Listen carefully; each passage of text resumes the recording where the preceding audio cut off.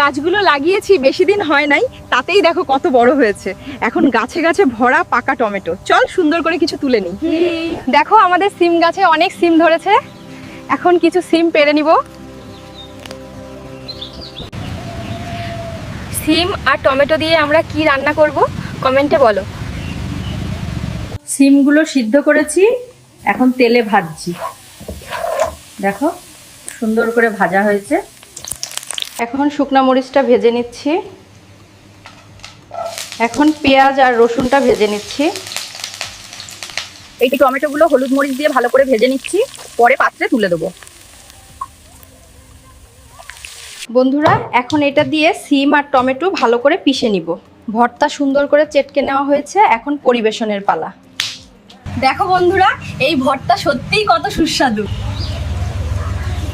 ভিডিওটি ভালো লাগলে লাইক, কমেন্ট আর সাবস্ক্রাইব করতে ভুলবেন না।